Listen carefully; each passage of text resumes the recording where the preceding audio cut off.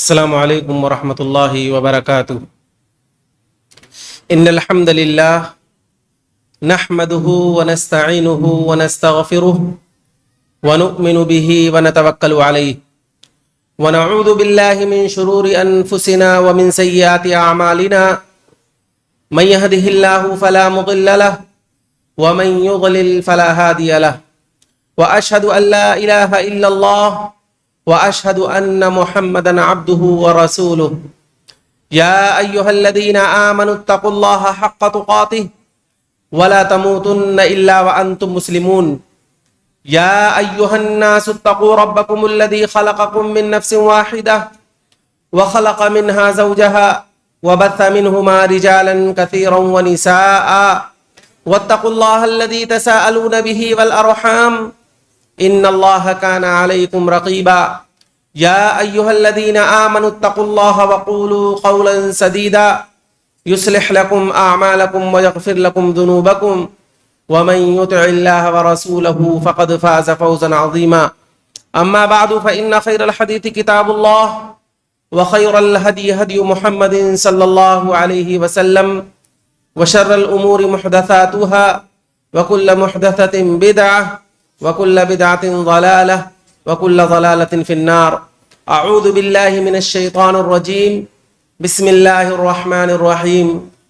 النبی اولی بالمؤمنین من انفسهم وازواجہ امہاتہم۔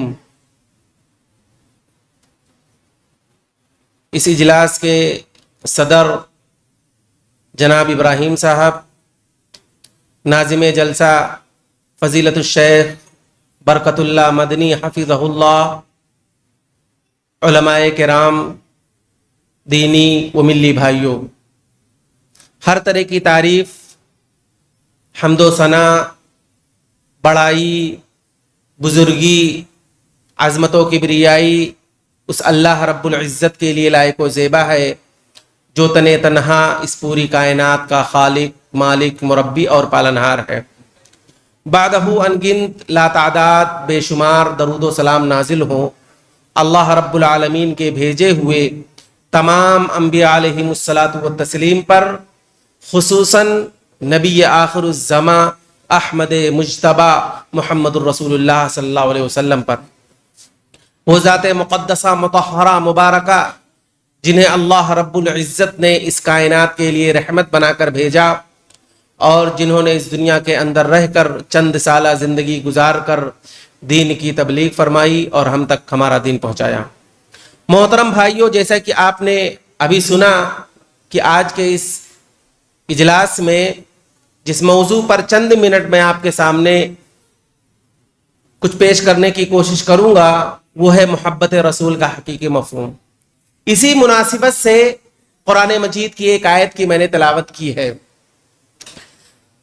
قرآن مجید سورہ احزاب کی جس آیت کی میں نے تلاوت کی ہے، اس آیت کریمہ میں اللہ رب العالمین نے ہمیں بتلایا کہ ہمارا رشتہ نبی کریم صلی اللہ علیہ وسلم سے کیسا ہونا چاہیے، ہم نبی کریم صلی اللہ علیہ وسلم کو کس جذبے سے چاہنا چاہیے۔ اللہ رب العالمین نے کہا النبی اولی بالمؤمنین من انفسہم وازواجہ امہاتہم، کہ نبی مومنوں پر ان کی جانوں سے زیادہ حق رکھتے ہیں اور ان کی بیویاں یہ مومنوں کی مائیں ہیں۔ محترم بھائیوں، ہم سب نبی کریم صلی اللہ علیہ وسلم کے امتی ہیں، اور اگر میں دوسرے الفاظ میں کہنا چاہوں تو کہہ سکتا ہوں کہ ہم سب نبی کریم صلی اللہ علیہ وسلم کے روحانی اولاد ہیں۔ آپ ہمارے روحانی باپ ہیں، جیسا کہ حدیثوں میں آتا ہے کہ اللہ کے نبی صلی اللہ علیہ وسلم نے کہا یا ایھا الناس انما انا لکم بمنزلۃ الوالد، کہ اے لوگوں میں تمہارے لیے ایک باپ جیسا ہوں۔ اور آپ دیکھیں اللہ کے نبی صلی اللہ علیہ وسلم کی زندگی میں کہ اللہ کے نبی صلی اللہ علیہ وسلم جو ہمارے حقیقی ماں باپ ہیں، ہمارے حقیقی ماں باپ سے زیادہ نبی کریم صلی اللہ علیہ وسلم ہمیں چاہتے تھے۔ نبی کریم صلی اللہ علیہ وسلم ہمارے حقیقی ماں باپ سے زیادہ ہم سے محبت کرنے والے تھے، ہمارے حقیقی ماں باپ سے زیادہ ہمارے لیے تڑپنے والے تھے، دینی اعتبار سے بھی دنیاوی اعتبار سے بھی۔ اللہ کے نبی صلی اللہ علیہ وسلم دین کے معاملے میں، آخرت کے معاملے میں اللہ کے نبی صلی اللہ علیہ وسلم کو اپنی امت کے لیے، ہم سب کے لیے بہت زیادہ آپ کو فکر ہوتی تھی۔ اللہ کے نبی صلی اللہ علیہ وسلم نے نہ ہمیں دیکھا نہ ہم نے آپ کو دیکھا، یہ اعزاز صرف اور صرف صحابہ کرام کو حاصل ہے۔ لیکن ایک مرتبہ اللہ کے نبی صلی اللہ علیہ وسلم نے صحابہ کرام سے کہا کہ کاش میں اپنے بھائیوں کو دیکھ لیتا۔ اللہ کے نبی صلی اللہ علیہ وسلم نے قیامت تک آنے والے تمام لوگوں کو دیکھنے کے اللہ کے نبی صلی اللہ علیہ وسلم نے خواہش ظاہر کی۔ صحابہ کرام سے کہا کاش میں اپنے بھائیوں کو دیکھ لیتا۔ اللہ کے نبی صلی اللہ علیہ وسلم کے صحابہ نے کہا کہ اللہ کے نبی صلی اللہ علیہ وسلم، کیا ہم لوگ یعنی صحابہ کرام کیا ہم آپ کے بھائی نہیں ہیں؟ اللہ کے نبی صلی اللہ علیہ وسلم نے صحابہ سے کہا انتم اصحابی، تم تو میرے ساتھی ہو، تم تو میرے صحابہ ہو، میرے بھائی وہ ہیں جو ابھی اس دنیا کے اندر آئے نہیں ہیں۔ یعنی گویا کہ اللہ کے نبی صلی اللہ علیہ وسلم نے ایک طرح سے خواہش ظاہر کی ہم سب کو دیکھنے کی۔ اور نبی کریم صلی اللہ علیہ وسلم ہمیشہ اپنی امت کی فکر کیا کرتے تھے، ہمیشہ اللہ کے نبی صلی اللہ علیہ وسلم اس امت کے نجات کے لیے، جنت میں داخلے کے لیے، جہنم سے بچنے کے لیے اللہ کے نبی صلی اللہ علیہ وسلم ہمیشہ فکر مند رہا کرتے تھے۔ اللہ کے نبی صلی اللہ علیہ وسلم کو اور اسی طریقے سے دیگر انبیاء کو بھی اللہ رب العالمین نے ایک اختیار دیا تھا۔ ہر نبی کو اللہ رب العالمین نے اس دنیا کے اندر ایک چانس دیا، ایک اختیار دیا، ایک دعا دیا۔ تمام نبیوں نے اس چانس کو، اس دعا کو دنیا کے اندر یوز کر لیا۔ لیکن جب نبی کریم صلی اللہ علیہ وسلم کی باری آئی، آپ صلی اللہ علیہ وسلم کو جو دعا دی گئی تھی، اللہ کے نبی صلی اللہ علیہ وسلم نے کہا وَإِنِ اخْتَبَعْتُ دَعْوَتِي شَفَاعَةً لِأُمَّتِي، اس دعا کو، اس چانس کو میں چھپا کر رکھا ہوں، اور میں اس دعا کو قیامت کے دن میری امت کے لیے، اللہ کے نبی صلی اللہ علیہ وسلم نے کہا کہ میں شفاعت کروں گا۔ آپ دیکھیے میں کیا بتلانا چاہتا ہوں، میں یہ بتلانے کی کوشش کر رہا ہوں کہ ہم نبی کریم صلی اللہ علیہ وسلم سے محبت کیوں کرتے ہیں، کس لیے کرتے ہیں۔ آپ دیکھیں کہ اللہ کے نبی صلی اللہ علیہ وسلم ہم سے کتنا محبت کرتے تھے، ہمارے لیے کتنی فکر کرتے تھے۔ اللہ رب العالمین نے جو دعا دی تھی، اللہ کے نبی صلی اللہ علیہ وسلم اس دعا کو چھپا کر رکھے اور کہا قیامت کے دن جب میری امت پریشان حال ہوگی تو میں اللہ رب العالمین سے نجات کے لیے، اور اسی طریقے سے اللہ رب العالمین سے اس وقت میں دعا کروں گا تاکہ میری امت جنت میں چلی جائے۔ اور آپ جانتے ہیں کہ اللہ کے نبی صلی اللہ علیہ وسلم کو جب یہ خوشخبری سنائی گئی کہ آپ کی امت میں 70,000 افراد ایسے ہوں گے جو بغیر حساب و کتاب کے جنت میں داخل ہوں گے، اللہ رب العالمین نہ ان سے سوال کرے گا، نہ جواب کرے گا، نہ ہی ان سے حساب و کتاب ہوگا، کوئی سوال و جواب نہیں ہوگا، بغیر حساب و کتاب کے 70,000 امتی اس امت کے بلا حساب و کتاب جنت میں داخل ہوں گے۔ جب یہ خوشخبری اللہ کے نبی صلی اللہ علیہ وسلم کو سنائی گئی تو اللہ کے نبی صلی اللہ علیہ وسلم اس خوشخبری کو سن کر کے صرف خوش نہیں ہوئے بلکہ اللہ رب العالمین سے دعائیں کرنے لگے۔ کہا اے اللہ رب العالمین، میں چاہتا ہوں، اے اللہ رب العالمین میں چاہتا ہوں کہ تو اس تعداد کو اور زیادہ بڑھا دے۔ آپ دیکھیں، ذرا غور کریں، آپ اللہ کے نبی صلی اللہ علیہ وسلم کو کتنی فکر تھی اس امت کو جنت میں لے جانے کے لیے۔ اللہ کے نبی صلی اللہ علیہ وسلم نے کہا کہ اے اللہ رب العالمین میں چاہتا ہوں کہ تو اس تعداد کو اور بڑھا دے۔ اللہ رب العالمین نے اللہ کے نبی صلی اللہ علیہ وسلم کی دعا کو سنی، اور اللہ رب العالمین نے کہا کہ آپ کی امت میں جو 70,000 لوگ بلا حساب و کتاب جنت میں داخل ہوں گے، اللہ کے نبی صلی اللہ علیہ وسلم فرماتے ہیں کہ اللہ رب العالمین نے اس تعداد کو اور بڑھا دیا، اور پھر اللہ رب العالمین نے کہا کہ ہر 1000 کے ساتھ 70,000 لوگ اس امت کے بلا حساب و کتاب جنت کے اندر داخل ہوں گے۔ سوچئے، غور کریے اللہ کے نبی صلی اللہ علیہ وسلم کی فکر۔ اور ایک مرتبہ اللہ کے نبی صلی اللہ علیہ وسلم نے حضرت ابراہیم علیہ السلام کی دعا پڑھی.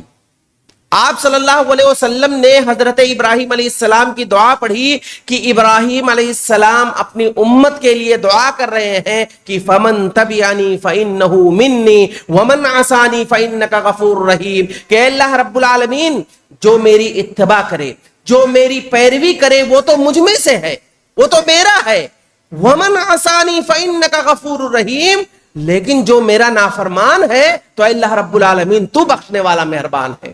اور جب اللہ کے نبی صلی اللہ علیہ وسلم نے حضرت عیسیٰ علیہ السلام کی دعا پڑھی، کہا ان تعذبہم فانہم عبادک، کہ عیسیٰ علیہ السلام اپنی امت کی فکر کرتے ہوئے اللہ رب العالمین سے انہوں نے کہا تھا کہ اے اللہ رب العالمین اگر تو اپنے بندوں کو عذاب دینا چاہتا ہے تو یہ تیرے بندے ہیں. ان تعذبہم فانہم عبادک وان تغفر لہم فانک انت العزیز الحکیم، اور اگر تو انہیں معاف کر دیتا ہے، بخش دیتا ہے تو تو بڑا رحیم و کریم ہے. تو جب ابراہیم علیہ اللہ کے نبی صلی اللہ علیہ وسلم حضرت ابراہیم علیہ السلام کی آپ نے دعا پڑھی، اور اسی طریقے سے حضرت عیسیٰ علیہ السلام کی دعا جب اللہ کے نبی صلی اللہ علیہ وسلم نے پڑھی، تو ابراہیم علیہ السلام کو آپ نے دیکھا کہ ابراہیم علیہ السلام یہ اپنی امت کی فکر کر رہے ہیں، عیسیٰ علیہ السلام یہ اپنی امت کی فکر کر رہے ہیں. اللہ کے نبی صلی اللہ علیہ وسلم کو اپنی امت کی فکر لاحق ہو گئی. اور جب اللہ کے نبی صلی اللہ علیہ وسلم کو اپنی امت کی فکر لاحق ہو گئی، اللہ کے نبی صلی اللہ علیہ وسلم رونے لگے، زارو قدار رونے لگے. آپ صلی اللہ علیہ وسلم کے آنکھوں سے آنسو جاری ہو گئے. اللہ رب العالمین نے حضرت جبریل علیہ السلام کو بھیجا کہ جاؤ محمد صلی اللہ علیہ وسلم کو دیکھو کیوں رو رہے ہیں، ان سے پوچھو آخر رونے کی کیا وجہ ہے، جبکہ اللہ رب العالمین کو پتا ہے کہ محمد صلی اللہ علیہ وسلم کیوں رو رہے ہیں. جبریل علیہ السلام آتے ہیں، اللہ کے نبی صلی اللہ علیہ وسلم سے سوال کرتے ہیں اور کہتے ہیں کہ تمہارا رب تم سے پوچھ رہا ہے کہ یہ تم کیوں رو رہے ہو، رونے کی کیا وجہ ہے، یہ آنسو کس کے حق میں اور کس لیے گر رہے ہیں. اللہ کے نبی صلی اللہ علیہ وسلم نے حضرت جبریل علیہ السلام کو جواب دیا کہ میں نے ابراہیم علیہ السلام کی دعا پڑھی اور میں نے حضرت عیسیٰ علیہ السلام کی دعا پڑھی کہ وہ اپنی امت کی فکر کر رہے ہیں، اپنی امت کے بارے میں وہ فکر مند ہے، تو مجھے میری امت کی فکر ہو گئی کہ میری امت کا قیامت کے دن اور اسی طریقے سے حشر کے میدان میں کیا حال ہوگا. جبریل علیہ السلام جاتے ہیں، اللہ کے نبی صلی اللہ علیہ وسلم کا جواب اللہ کو بتاتے ہیں، جبکہ جبریل علیہ السلام کو بتانے سے پہلے اللہ رب العالمین کو معلوم ہے کہ اللہ کے نبی صلی اللہ علیہ وسلم نے کیا جواب دیا. اللہ رب العالمین جبریل علیہ السلام کو پھر بھیجتا ہے اور کہتا ہے کہ جاؤ تم میرے نبی سے کہہ دو انا سنرضیک فی امتک، کہ ہم قیامت کے دن تمہارے امت کے حق میں وہ فیصلہ کرنے والے ہیں کہ جسے سن کر آپ خوش ہو جائیں گے، راضی ہو جائیں گے. اللہ اکبر. آپ دیکھیں کہ اللہ کے نبی صلی اللہ علیہ وسلم کو اپنی امت کی یعنی ہم سب کی اللہ کے نبی صلی اللہ علیہ وسلم کو کتنی فکر تھی، کتنا ہم سے اللہ کے نبی صلی اللہ علیہ وسلم محبت کرتے تھے، ہمارے لیے اللہ کے نبی صلی اللہ علیہ وسلم کتنا فکر مند رہتے تھے. تو کیا ہماری ذمہ داری نہیں ہے؟ جو نبی ہمارے لیے تڑپتے ہو، ہمارے لیے فکر مند ہو، اللہ رب العالمین سے ہمارے لیے دعائیں کرتے ہو، کیا ہمارا حق نہیں بنتا کہ ہم اس نبی سے محبت کریں اپنی جان سے زیادہ، اپنی اولاد سے زیادہ، اپنے والدین سے زیادہ، اپنے رشتہ داروں سے زیادہ؟ کیا یہ ہمارا حق نہیں بنتا؟ نبی کریم صلی اللہ علیہ وسلم کی شخصیت تو وہ شخصیت ہے کہ ہمارے دل تو بربی خون اور گوشت کے ہیں. نبی کریم صلی اللہ علیہ وسلم کی شخصیت تو وہ شخصیت ہے کہ جس کی محبت پتھروں میں سما گئی. کائنات کے جمادات، کائنات کے نباتات، کائنات کے شجر، کائنات کے حجر بھی نبی کریم صلی اللہ علیہ وسلم سے محبت کرتے تھے. آپ کو واقعہ معلوم ہوگا کہ اللہ کے نبی صلی اللہ علیہ وسلم نے کہا کہ میں مکہ کے اس پتھر کو جانتا ہوں کہ میں جب وہاں سے گزرتا تھا نبی بنائے جانے سے پہلے تو وہ پتھر مجھے سلام کیا کرتا تھا، وہ پتھر مجھے سلام کیا کرتا تھا. اللہ کے نبی صلی اللہ علیہ وسلم اس پتھر کی آواز کو سنتے تھے. صحابہ کرام سے اللہ کے نبی صلی اللہ علیہ وسلم نے بتلایا، لیکن صحابہ نے یہ نہیں پوچھا کہ اللہ کے نبی صلی اللہ علیہ وسلم کو کون سا پتھر تھا، آپ ہمیں بتلائیے. آج کے دور کے لوگ ہوتے تو پوچھتے، سوال کرتے اور ہو سکتا ہے اس کی پوجا بھی شروع کر دیتے. لیکن صحابہ کرام رضی اللہ تعالیٰ عنہ مجمعین کا معاملہ یہ تھا کہ انہوں نے کوئی سوال نہیں کیا، بس انہیں اللہ کے نبی صلی اللہ علیہ وسلم کی عظمت اور ان کے مقام کو پتہ چل گیا، خاموش رہے۔ اور وہ مشہور واقعہ آپ جانتے ہوں گے کہ مسجد نبوی کے اندر جب ممبر نہیں بنا تھا تو اللہ کے نبی صلی اللہ علیہ وسلم کھجور کا ایک تنا تھا جسے ٹیک لگا کر کے کھڑے ہو کر کے اللہ کے نبی صلی اللہ علیہ وسلم خطبہ دیا کرتے تھے، اسی پر کھڑے ہو کر کے اسی کو ٹیک لگا کر کے اللہ کے نبی صلی اللہ علیہ وسلم خطبہ دیتے تھے۔ لیکن جب مسجد نبوی میں پہلی مرتبہ جب ممبر بنا، اللہ کے نبی صلی اللہ علیہ وسلم اس تنے کو چھوڑ کر کے ممبر پر کھڑے ہو کر کے خطبہ دینا شروع کیے۔ اللہ کے نبی صلی اللہ علیہ وسلم نے جب پہلا جمعہ ممبر پر کھڑے ہو کر کے آپ نے خطبہ شروع کیا، مسجد کے اندر اچانک ایک رونے کی آواز آئی، رونے کی آواز آئی، اور اس رونے کی آواز کو مسجد کے اندر بیٹھے ہوئے جتنے لوگ تھے سارے لوگوں نے سنا۔ وہ کھجور کا جو تنا تھا، اللہ کے نبی صلی اللہ علیہ وسلم جس پر ٹیک لگا کر کے خطبہ دیتے تھے، تو چونکہ اللہ کے نبی صلی اللہ علیہ وسلم نے اس تنے کو چھوڑ کر کے ممبر پر کھڑے ہو کر خطبہ دینا شروع کیے، تو نبی کریم صلی اللہ علیہ وسلم کی فراق میں، نبی کریم صلی اللہ علیہ وسلم کی جدائی میں وہ رونے لگا، اور اس کے رونے کی آواز کو مسجد کے اندر جتنے صحابہ کرام بیٹھے ہوئے تھے سب لوگوں نے سنا۔ اللہ کے نبی صلی اللہ علیہ وسلم کو جب احساس ہوا، آپ نے سنا، آپ نے یہ دیکھا کہ یہ کھجور کا جو تنا جسے ہر ہفتے اللہ کے نبی صلی اللہ علیہ وسلم جس پر ٹیک لگا کر کے خطبہ دیتے تھے، آج اسے چھوڑ کر کے ممبر پر کھڑے ہو کر خطبہ دینا شروع کیے، تو وہ رونے لگا۔ اللہ کے نبی صلی اللہ علیہ وسلم فوراً ممبر سے اترے۔ جیسے ہی رونے کی آواز آپ نے اس کھجور کے درخت سے تنے سے آئی، اللہ کے نبی صلی اللہ علیہ وسلم ممبر سے اترے اور فوراً اسے گلے سے لگا لیے۔ روایت کے اندر آتا ہے کہ جس طرح سے ایک چھوٹا بچہ جب اپنی ماں سے بچھڑ جاتا ہے، رونے لگتا ہے، جب وہ ماں اس بچے کو اپنے گلے سے لگا لیتی ہے تو کس طرح سے وہ سسکتا ہے جب زیادہ روتا ہے، بالکل اس کھجور کے تنے کا وہی معاملہ تھا۔ اللہ کے نبی صلی اللہ علیہ وسلم ممبر سے اترے اور آپ نے اس کھجور کے تنے کو گلے لگا لیا، اس کے بعد وہ خاموش ہو گیا۔ تو کہنے کا مطلب یہ ہے کہ ہم نبی کریم صلی اللہ علیہ وسلم سے کیوں نہ محبت کریں۔ نبی کریم صلی اللہ علیہ وسلم سے محبت تو یہ درخت، کائنات کے شجر، حجر اور پتھر بھی کیا کرتے تھے۔ اب نبی کریم صلی اللہ علیہ وسلم کے محبت کا حقیقی مفہوم کیا ہے؟ کیا نبی کریم صلی اللہ علیہ وسلم سے محبت کا مطلب یہ ہے کہ ہم دیکھیے نبی کریم صلی اللہ علیہ وسلم سے محبت دو طرح کے، ایک تو نبی کریم صلی اللہ علیہ وسلم کی شخصیت سے محبت کرنا، آپ کی ذات سے محبت کرنا، اور دوسری اللہ کے نبی صلی اللہ علیہ وسلم کے مشن سے محبت کرنا، آپ کی لائی ہوئی توحید سے محبت کرنا، آپ اللہ کے نبی صلی اللہ علیہ وسلم جو دین اس دنیا کے اندر لے کر آئے، اللہ کے نبی صلی اللہ علیہ وسلم پر جو کتاب لے کر کے آئے، آپ صلی اللہ علیہ وسلم لے کر کے آئے، اس سے محبت کرنا۔ جب یہ دونوں چیزیں ایک ساتھ مل جائیں گی تب محبت کا صحیح مفہوم ادا ہوگا۔ اب اگر کوئی شخص نبی کریم صلی اللہ علیہ وسلم کے مشن سے محبت نہ کرے، آپ صلی اللہ علیہ وسلم کی لائی ہوئی توحید سے محبت نہ کرے، اللہ کے نبی صلی اللہ علیہ وسلم کے لائے ہوئی دین سے محبت نہ کرے، تو شخصیت سے محبت کرنے کا جو دعویٰ ہے کہ ہم نبی کریم صلی اللہ علیہ وسلم کی ذات سے بہت زیادہ محبت کرتے ہیں، اور اسی طریقے سے نبی کریم صلی اللہ علیہ وسلم کی محبت کو لے کر کے مشاعرے منعقد کرنا، اللہ کے نبی صلی اللہ علیہ وسلم کے لیے نعتیں پڑھنا، اور اسی طریقے سے چلانا، شور و ہنگامہ کرنا، یہ حقیقی محبت اللہ کے نبی صلی اللہ علیہ وسلم سے نہیں ہے۔ شخصیت اور ذات سے محبت کرنے کے ساتھ ساتھ اللہ کے نبی صلی اللہ علیہ وسلم کے لائے ہوئے دین، اللہ کے نبی صلی اللہ علیہ وسلم کی لائے ہوئی شریعت سے بھی ہمیں محبت ہم کریں، تب محبت کا حقیقی مفہوم پتا چلے گا۔ میں آپ کو بتاؤں کہ اگر اللہ کے نبی صلی اللہ علیہ وسلم کی شخصیت سے محبت صرف اور صرف یہی نجات کا ذریعہ ہے، اور نبی کریم صلی اللہ علیہ وسلم کی شخصیت سے ہی محبت کرنا کافی ہے، تو آپ جانتے ہیں مشہور واقعہ ابو لہب، نبی کریم صلی اللہ علیہ وسلم کا سگا چچا، جو نبی کریم صلی اللہ علیہ وسلم سے کتنا محبت شروع میں کرتا تھا۔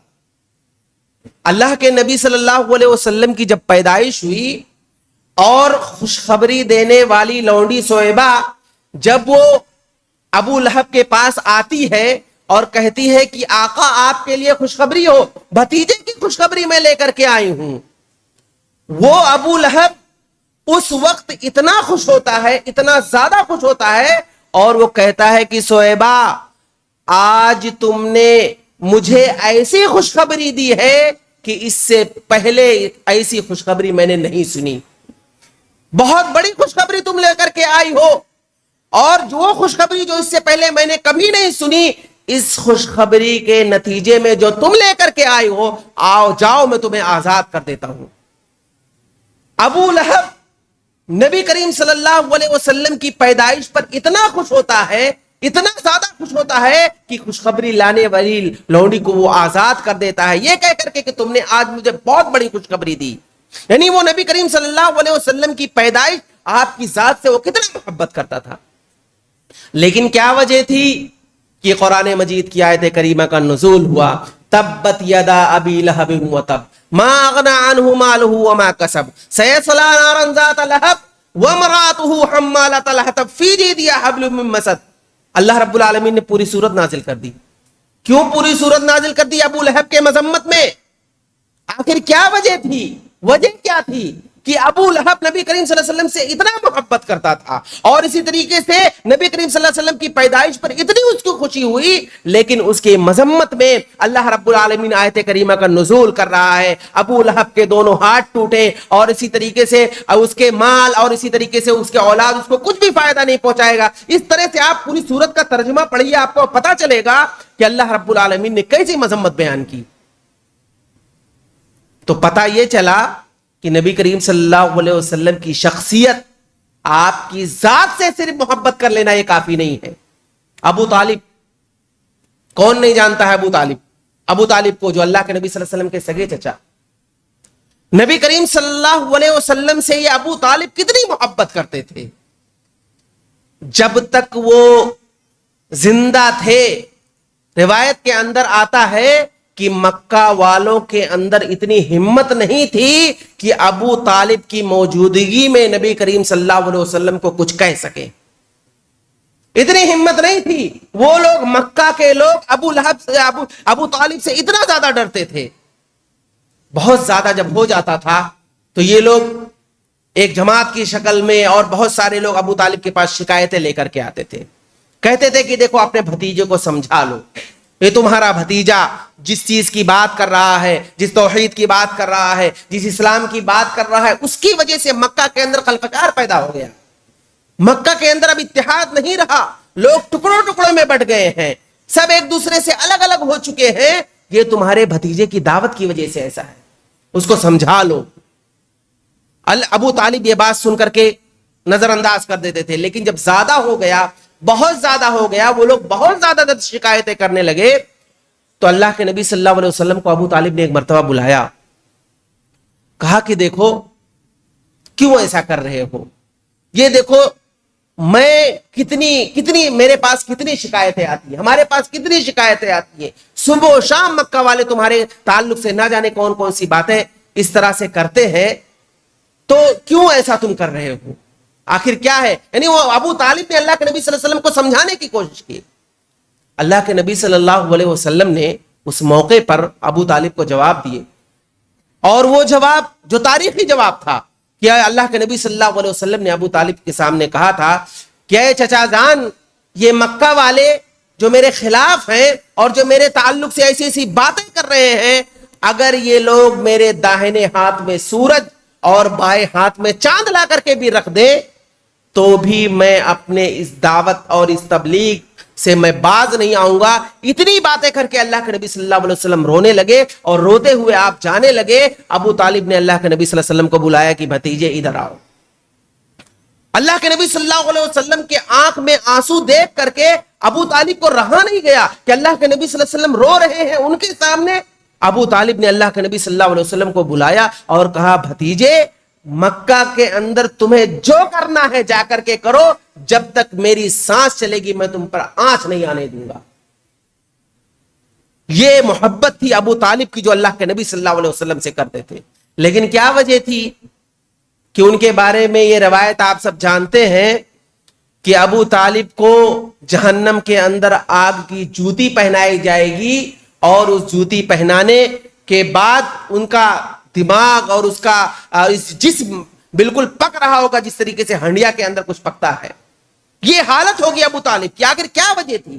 ابو طالب سے زیادہ اللہ کے نبی صلی اللہ علیہ وسلم سے محبت کون کرتا تھا؟ لیکن یہ دونوں یہ واقعہ بتلا کے میں یہ بتلانا چاہتا ہوں کہ نبی کریم صلی اللہ علیہ وسلم کی ذات اور نبی کریم صلی اللہ علیہ وسلم کی شخصیت سے محبت کرنا یہ ہمارے لیے کافی نہیں ہے. محبت کے سارے دعوے جھوٹے ہیں جب تک اللہ کے نبی صلی اللہ علیہ وسلم کی لائی ہوئی دین سے، آپ صلی اللہ علیہ وسلم کی لائی ہوئی شریعت سے محبت نہ کیا جائے. اللہ کے نبی صلی اللہ علیہ وسلم کو کس مقصد کے تحت بھیجا تھا، اس سے محبت نہ کیا جائے، محبت کے سارے دعوے جھوٹے ہیں. یعنی نبی کریم صلی اللہ علیہ وسلم سے اگر ہم حقیقی محبت کرنا چاہتے ہیں تو اللہ کے نبی صلی اللہ علیہ وسلم نے ہمارے اوپر کچھ ذمہ داریاں عائد کی ہیں. ہمارے اوپر کچھ ذمہ داری آتی ہے، اس ذمہ داری کو اگر ہم پورا کریں گے تو اس کا مطلب یہ ہے کہ ہم نبی کریم صلی اللہ علیہ وسلم کے محبت کے تقاضے کو پورا کر رہے ہیں. ہمارے اوپر کچھ ذمہ داریاں ہیں جسے ہمارے لیے ہمیں پورا کرنا ہے.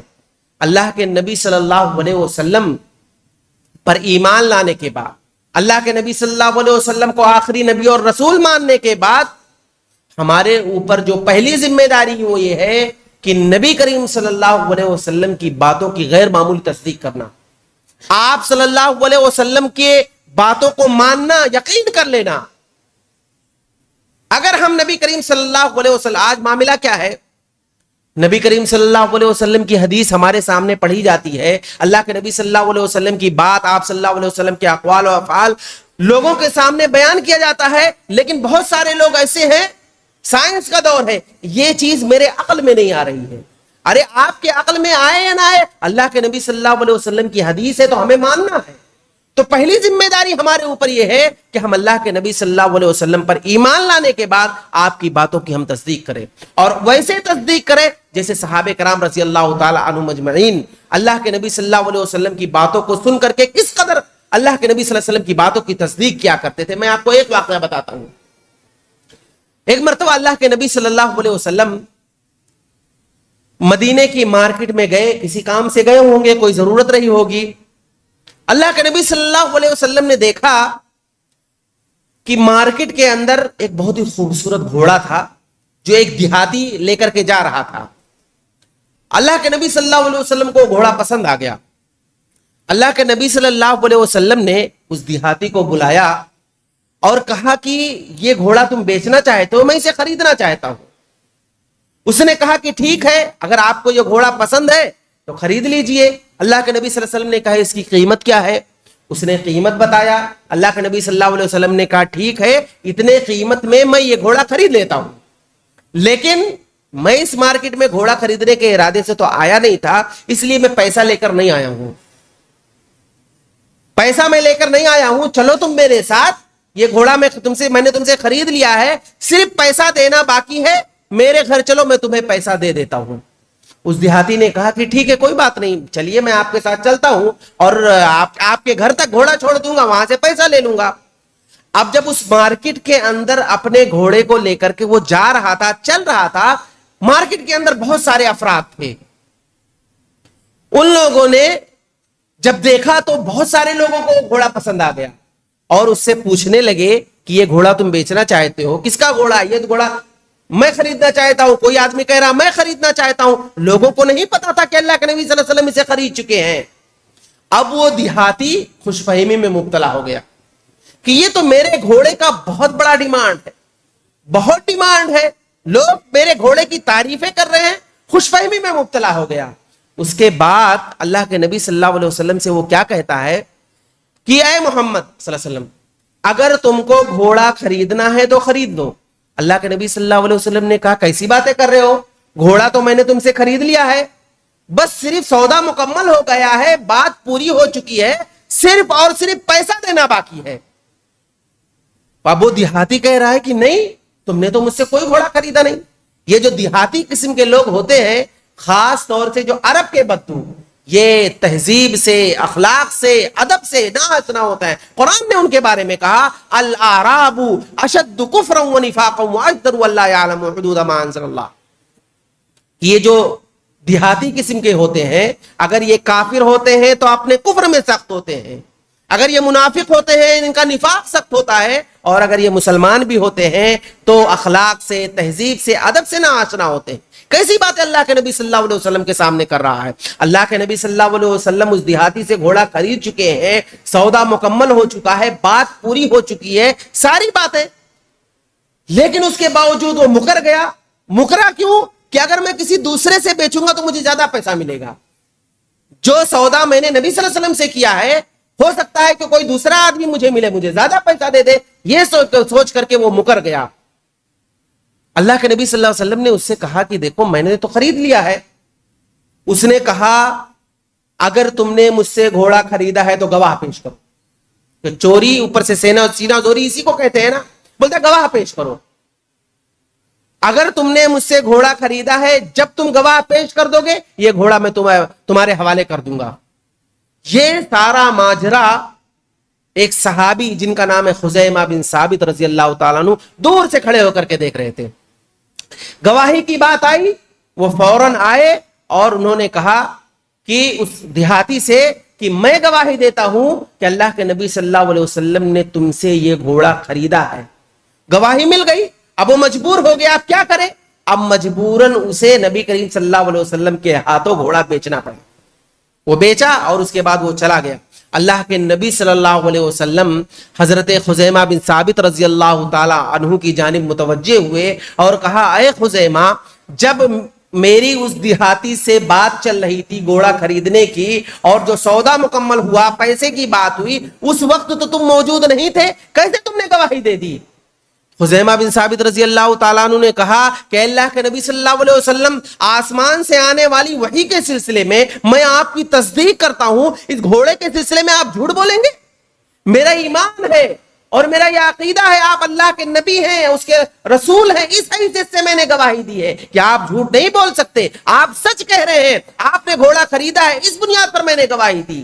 اللہ کے نبی صلی اللہ علیہ وسلم نے صحابہ کرام کو جمع کر کے کہا کہ اے لوگوں سنو، آج کے بعد خزیمہ بن ثابت رضی اللہ تعالی عنہ اگر کسی معاملے میں گواہی دیتے ہیں تو ان کے ایک گواہی سے 2 گواہیاں مکمل ہو جائیں گی۔ یہ اعزاز اور شرف صرف اور صرف طبقہ صحابہ میں خزیمہ بن ثابت رضی اللہ تعالی عنہ کو حاصل ہے، اور اسی طریقے سے انہیں ذو الشہادتین بھی کہا جاتا ہے۔ آپ پڑھیے، یہ فضیلت اور یہ مقام و مرتبہ، یہ اعزاز خزیمہ بن ثابت رضی اللہ تعالی عنہ کو ملا۔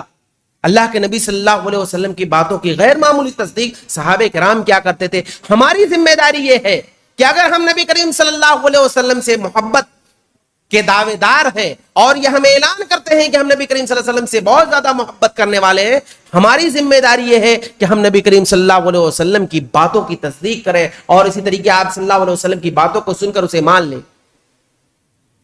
دوسری بات کہ ہمیں اللہ کے نبی صلی اللہ علیہ وسلم کے محبت کا اگر ہم دعویٰ کرتے ہیں تو ہمیں ہر معاملے میں اللہ کے نبی صلی اللہ علیہ وسلم کو اسوہ اور آئیڈیل ماننا ہے۔ جیسے کہ اللہ رب العالمین نے کہا لَقَدْ كَانَ لَكُمْ فِي رَسُولِ اللَّهِ أُسْوَةٌ حَسَنَةٌ، کہ اللہ کے نبی صلی اللہ علیہ وسلم تمہارے لیے بہترین آئیڈیل ہیں۔ تو ہماری ذمہ داری یہ ہے کہ ہر معاملے میں اور نبی کریم صلی اللہ علیہ وسلم کی اطاعت، آپ کی اتباع اس قدر ہمیں کرنی چاہیے، اس طرح سے ہم زیادہ سے زیادہ کریں کہ عبادت کو چھوڑ کر کے ہم عادتوں میں بھی اللہ کے نبی صلی اللہ علیہ وسلم کو فالو کرنے لگے۔ جیسے کہ صحابہ کرام رضی اللہ تعالیٰ عنہ مجمعین کا معاملہ یہ تھا کہ نبی کریم صلی اللہ علیہ وسلم سے کی اتباع، آپ کی اطاعت، آپ کو اس قدر انہوں نے آئیڈیل مان لیا تھا کہ اللہ کے نبی صلی اللہ علیہ وسلم کے جو صحابہ تھے وہ دین کے معاملے میں، عبادت کے معاملے میں اس قدر اللہ کے نبی صلی اللہ علیہ وسلم کو فالو کرتے تھے، اتنا زیادہ فالو کرتے تھے کہ عبادت کے ساتھ ساتھ عادتوں میں بھی نبی کریم صلی اللہ علیہ وسلم کو فالو کرنے لگے۔ انس رضی اللہ تعالیٰ عنہ کہتے ہیں نا کہ اللہ کے نبی صلی اللہ علیہ وسلم کو میں نے کدو کھاتے ہوئے دیکھا، لوکی۔ کہتے ہیں کہ میں نے یہ دیکھا کہ اللہ کے نبی صلی اللہ علیہ وسلم کو کدو بہت پسند ہے، آپ صلی اللہ علیہ وسلم لوکی سے محبت کھاتے ہیں، ان کو آپ کو اچھا لگتا ہے، کہتے ہیں اسی دن سے میں بھی لوکی کو پسند کرنے لگا۔ آپ دیکھیں ہر آدمی کا ذوق، کھانے کا ذوق اور شوق الگ ہوتا ہے. ضروری نہیں ہے کہ جو چیز آپ کو پسند ہو وہ ان کو بھی پسند ہو. یہ ضروری نہیں کہ ہر شخص کو وہی چیز پسند ہو. لیکن صحابہ کرام کا معاملہ یہ تھا کہ اگر انہیں پتا ہوتا تھا کہ خاص طور سے دنیا کے معاملے میں اللہ کے نبی صلی اللہ علیہ وسلم کو یہ چیز پسند ہے, تو صحابہ کرام رضی اللہ تعالیٰ عنہ مجمعین بھی اسے پسند کیا کرتے تھے. صحابہ کرام رضی اللہ تعالیٰ عنہ مجمعین بھی اس سے محبت کرنے لگتے تھے. یہ جذبہ ہونا چاہیے اگر ہم نبی کریم صلی اللہ علیہ وسلم سے حقیقی محبت کے دعوے دار ہیں. اسی طرح سے تیسری ذمہ داری ہمارے اوپر یہ ہے کہ ہم اگر نبی کریم صلی اللہ علیہ وسلم سے محبت کے دعوے دار ہیں اور یہ اعلان کرتے ہیں کہ ہم ہی نبی کریم صلی اللہ علیہ وسلم سے سب سے زیادہ محبت کرتے ہیں, ہماری ذمہ داری ہے کہ ہم نبی کریم صلی اللہ علیہ وسلم کے اخلاق کو اپنائیں. آپ صلی اللہ علیہ وسلم کا کردار کیسا تھا, آپ صلی اللہ علیہ وسلم کا رویہ کیسا تھا, اللہ کے نبی صلی اللہ علیہ وسلم کا معاملہ اپنوں کے ساتھ کیسا تھا, اللہ کے نبی صلی اللہ علیہ وسلم کا معاملہ غیروں کے ساتھ کیسا تھا, اللہ کے نبی صلی اللہ علیہ وسلم لوگوں سے کس قدر ملتے تھے, اور اسی طریقے سے پڑوسیوں کے ساتھ, آپ کے اپنے گھر والوں کے ساتھ اللہ کے نبی صلی اللہ علیہ وسلم کا معاملہ یہ کیا تھا. یہ ہمارے لیے ہماری ذمہ داری بنتی ہے کہ ہم نبی کریم صلی اللہ علیہ وسلم کے اخلاق کو اپنائیں. آج معاملہ کیا ہے, بہت سارے لوگ کہتے ہیں کہ بھائی جس کو ہدایت پانا ہوگا یا اسی طریقے سے جو اس طرح کی مسلمانوں کو دیکھنے کی ضرورت نہیں ہے, قرآن و حدیث کو دیکھو. ارے بھائی قرآن و حدیث کو کون دیکھے گا؟ جو مسلمان ہیں جن کے پاس قرآن و حدیث ہے وہ تو دیکھتے ہی نہیں ہے, دوسرے قوم کے لوگ قرآن و حدیث کیا دیکھیں گے؟ تو اس لیے اگر ہم قرآن و حدیث اللہ کے نبی صلی اللہ علیہ وسلم کی حدیثوں کو اس طرح سے فالو کرتے ہیں اور پھر نبی کریم صلی اللہ علیہ وسلم کا کردار اور اخلاق جب اپناتے ہیں, تب ایک غیر مسلم شخص ہمارے رویے کو, ہمارے اخلاق کو, ہمارے کردار کو جب دیکھے گا تب اسے پتا چلے گا کہ اسلام کیا ہے, نبی کریم صلی اللہ علیہ وسلم کے اخلاق کیسے تھے. ہماری ذمہ داری ہے کہ ہم اپنے اخلاق کو نبی کریم صلی اللہ علیہ وسلم جیسا اخلاق بنائیں. نبی کریم صلی اللہ علیہ وسلم کے اخلاق کے بارے میں آتا ہے, انس رضی اللہ تعالیٰ عنہ کی گواہی موجود ہے, کئی ایک صحابہ کی موجود ہے, گواہی موجود ہے. اللہ کے نبی صلی اللہ علیہ وسلم کے اخلاق کے بارے میں آتا ہے کہ اللہ کے نبی صلی اللہ علیہ وسلم کا معاملہ یہ تھا. ایک روایت کے اندر آتا ہے, کانت الامۃ من اماء المدینہ لتاخذ بید رسول اللہ صلی اللہ علیہ وسلم فتنطلق به حیث شاءت, کہ مدینہ کی لونڈیوں میں سے کوئی ایک لونڈی آتی جو نبی کریم صلی اللہ علیہ وسلم کے آستین کو پکڑ کر گھسیٹتی, جہاں چاہتی لے جاتی. اللہ کے نبی صلی اللہ علیہ وسلم وہ لے جاتی, آپ جاتے اور اللہ کے نبی صلی اللہ علیہ وسلم اس کی باتوں کو سنتے تھے. جتنی دیر تک وہ گفتگو کرنا چاہتی تھی, اس کے مالک اس کو ستایا ہوا ہوتا, اس کو پریشان کیا ہوا ہوتا, لیکن اللہ کے نبی صلی اللہ علیہ وسلم کا اخلاق دیکھیے, آپ نہ اسے جھڑکتے. ایسا نہیں کہ میں اللہ کا نبی ہوں اور میرا مقام اتنا مرتبہ ہے تو میں تمہاری بات نہیں سنوں گا, کسی تیسرے آدمی کو لے کر کے آؤ. یہ معاملہ نبی صلی اللہ علیہ وسلم کا نہیں تھا. آج ہمارا معاملہ یہی ہے, ہمیں کوئی عہدہ مل گیا یا ہم بہت بڑے آدمی بن گئے, ڈائریکٹ ہم سے کوئی نہیں مل سکتا ہے, تیسرے آدمی کے ذریعے آؤ. یہ ہمارا معاملہ. اللہ کے نبی صلی اللہ علیہ وسلم کے اخلاق کو اپنائیے. اللہ کے نبی صلی اللہ علیہ وسلم کا معاملہ کیا تھا؟ اللہ کے نبی صلی اللہ علیہ وسلم راستے میں چلتے پھرتے رہتے تھے. اللہ کے نبی صلی اللہ علیہ وسلم یہ نہیں دیکھتے تھے کہ کون ہے, چھوٹے چھوٹے بچے بھی اگر راستے سے گھومتے تھے اللہ کے نبی صلی اللہ علیہ وسلم ان کو سلام کرتے تھے. چھوٹے چھوٹے بچوں کو اللہ کے نبی صلی اللہ علیہ وسلم سلام کیا کرتے تھے. یہ اللہ کے نبی صلی اللہ علیہ وسلم کا اخلاق تھا, آپ صلی اللہ علیہ وسلم کا کردار تھا. کتنے ایسے غیر مسلم جو اس دور میں نبی کریم صلی اللہ علیہ وسلم کے اخلاق کو دیکھتے تھے, آپ کو تبلیغ کی ضرورت نہیں پڑی. بہت سارے ایسے واقعات ہیں کہ اللہ کے نبی صلی اللہ علیہ وسلم کے اخلاق کو دیکھ کر کے لوگ اتنا متاثر ہوئے, اسلام قبول کر لیے. نہ دعوت کی ضرورت پڑی, نہ تبلیغ کی ضرورت پڑی, نہ سمجھانے کی ضرورت پڑی, ویسے ہی اسلام قبول کر لیے.